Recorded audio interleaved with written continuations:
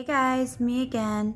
I know you're probably thinking all she does is wear this freaking flannel, and you're probably right. It's winter time in West Virginia, and it's exceptionally cold tonight, so I'm wearing the flannel, which I wear a lot. But I have 3 of the same ones. Okay, so I wanted to talk to you guys really quick. I had a video request from a friend. Her husband actually has terminal cancer, and because I was widowed at a young age, she wanted me to kind of tell her ways that she could love her husband and ways that maybe she could kind of get through her daily life. So if you guys have any suggestions, please leave them in the comments. I know she'll be forever grateful to get those. Her and I have talked on several occasions, and here soon I will be writing her on a regular basis to try to help her cope the best way I can. I've known about their situation for a very long time. And I've done a lot to try to help them, and I'm not like bragging on myself or anything, but it's very close to my heart. Her and her husband went to high school with me. I've actually known her for a really long time, and we were very close as kids. And the fact that she will be a widow at this point, and it's something that I can say because it's something that she accepts, is so hard to fathom, knowing that it's going to happen, that it's inevitable. Although I do believe in miracles, and I do believe in ultimate healing, and I do believe in God, they are giving him a prognosis of basically this is it. So this video is in support for her, and I'm going to do my very best. When she had messaged me about this, I had no idea what to tell her.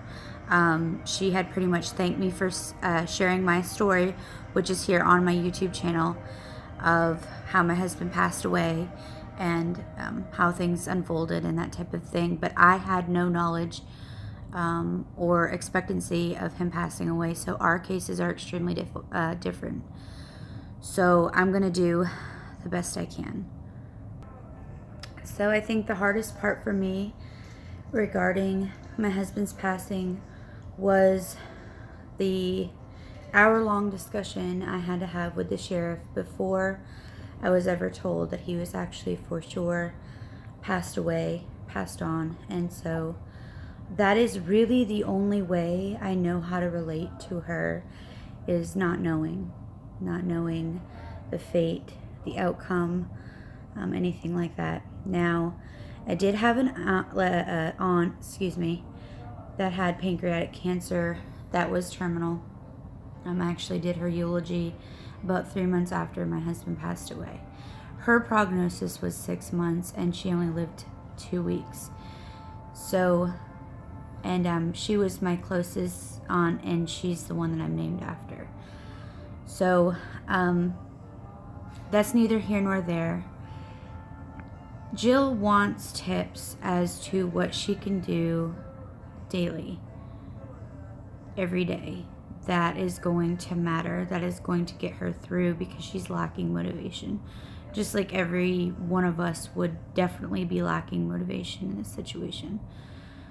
So I haven't done any research. I honestly haven't done any research. Now, I have worked hospice as a nurse, knowing that people were going to pass, people that I was close with, and so on and so forth, but it was not my husband. And I think people don't really understand the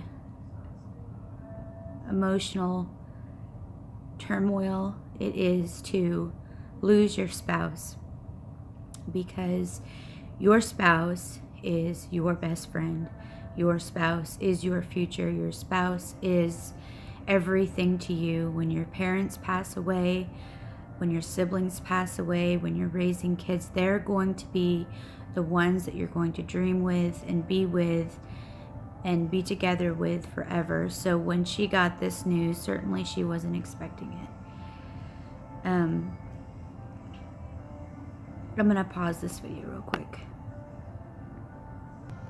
I think one of the useful things that helped me was the chaplain. The chaplain that accompanied the sheriff in my situation. Her name is Kate. She has recently made a video that has gone viral on Facebook regarding grief. And she explains that everybody looks at it as a scary thing. You know, you go to the funeral home and, you know, you don't really know what to expect. So usually they have people accompany you, or they tell you it's a bad idea to go, or whatever.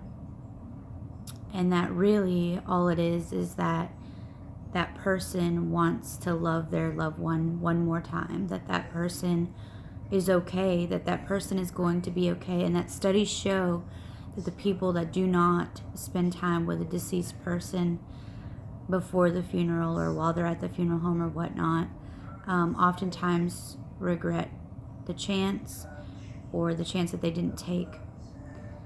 So that kind of came into my mind when I was thinking about trying to comprise this video, and I feel like I've been going on forever and I'm not getting anywhere, but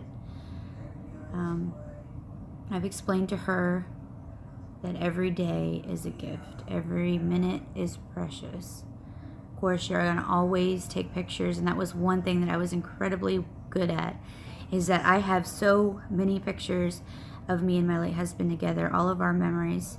I never, ever, ever took a day for granted, even though I had no idea that he was going to pass away at 26. So pictures, because pictures speak 1,000 words. And I know that long after his death, I did not want to look at his pictures. I didn't find comfort in it because it was a memory. It was a still frame. It wasn't something tangible. I couldn't reach into that picture and relive that moment as much as I truly, truly wanted to. But I would say pictures, and she does a great job at that. She takes a lot of pictures. Journaling. I think journaling is so important, because after the passing of my husband, I journaled like crazy. I didn't know how to control my feelings or emotions. I didn't know how to even remember little things. I was so overcome with grief that I actually forgot a lot of things of importance, a lot of memories that we had.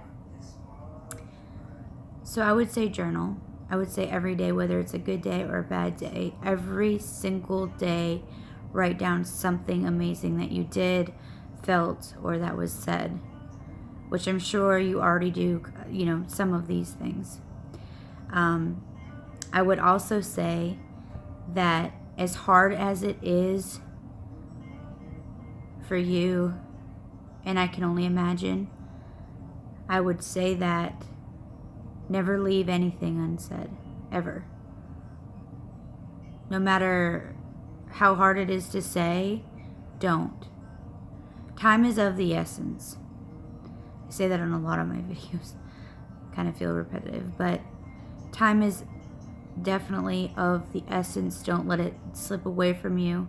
Don't let the chemo and the days that he's having a really, really bad day and a tough time cause you to not see the beauty of the day, of his breath, or the way that he looks at you, or smile on his face when you say his name. Give him everything you get, you have, and fight with him every single day for him. I already know that she does this. I already know that she's his biggest supporter, his biggest advocate. Would also recommend to get rid of any stress in your life, any stress. Feel free to love him and be there for him. Try to make everything seem as normal as you possibly can. And I know that that is so ridiculous to even think about. How can it be normal if this is a terminal thing? How can I feel normal if I don't know that this is our last day together? And I can only imagine. I can't say that I understand. Surround yourself with people that love y'all. Surround yourself with people that support you. Go out on the days that he feels good and do your favorite things.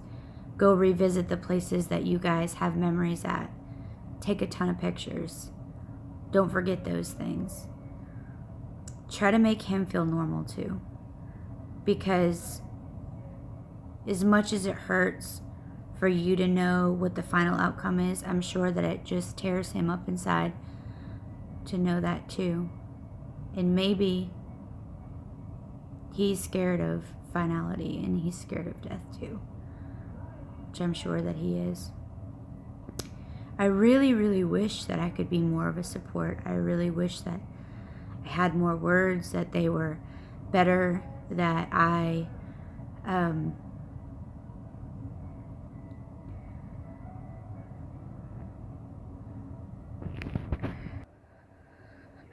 could look at you and say that everything's going to be okay, and maybe it will be. I'm not going to promise you anything, because I believe in being real about things. I helped a friend when she was grieving her father, and she told me that nobody understood how she could possibly feel, and that it was the worst pain that she's ever felt. And I just said, I don't understand the pain of losing a dad, but I understand the pain of losing my mom, and I understand the pain of losing my husband. And I can tell you this: don't ever try to change how you feel to appease other people. It's okay to be mad. It's okay to cry. It's okay to scream. It's okay. It's okay to have days where you are crazy. Death changes us tremendously. And like I told Jill, I seriously do not know what's worse, having an unexpected death or having something that you have a chance to make beautiful up until that day. I don't think one is worse than the other. I truly don't. I know one thing that did help me some is that my late husband knew that I loved cards. I loved cards. I loved letters. They mattered so much to me. And he was not a writer, but he tried so hard to leave me notes before work. Notes in my lunchbox, cards for every occasion. And I have those to look back on, and I can remember certain memories of like having those notes. You know, like, oh, I remember that day that I got that note and what we did that day, and obviously what's contained within that note. I would say have y'all both write letters to one another, even if you're in the same house 24/7. Make it an assertive effort every single day to write something. Take a picture of something, but try to be as normal as possible. And I would love to say, just forget that that disease and that diagnosis doesn't exist, but how can you not when it's all that surrounds you? So getting out when you can, as much as you can, especially where he's not too compromised at this point, I feel is vital for both of y'all.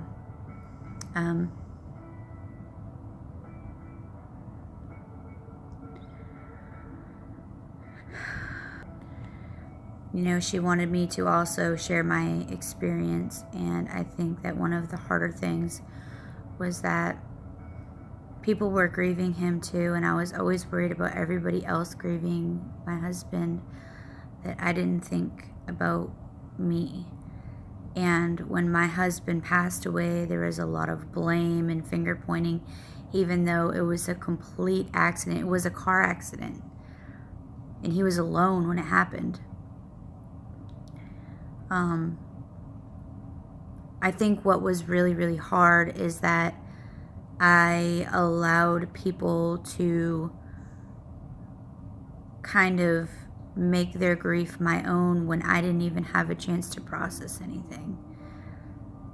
I think that having people in your life that respect your boundaries and respect your marriage and respect the love that you have for one another are the best type of people to have. People to support you and just love on both of you.